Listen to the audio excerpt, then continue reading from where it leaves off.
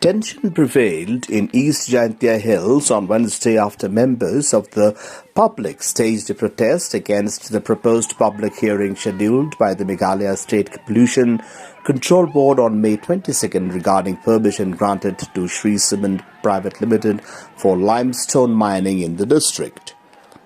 According to reports, protesters marched towards the office of the Deputy Commissioner, East Jaintia Hills, opposing the proposed limestone excavation activities by the cement company.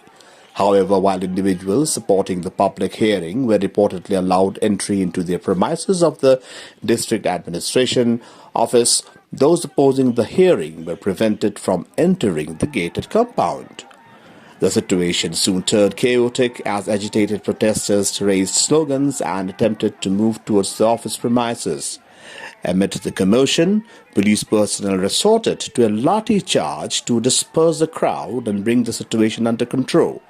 The protests reflect growing public concern over the environmental and social impact of limestone mining activities in the district ahead of the scheduled public hearing.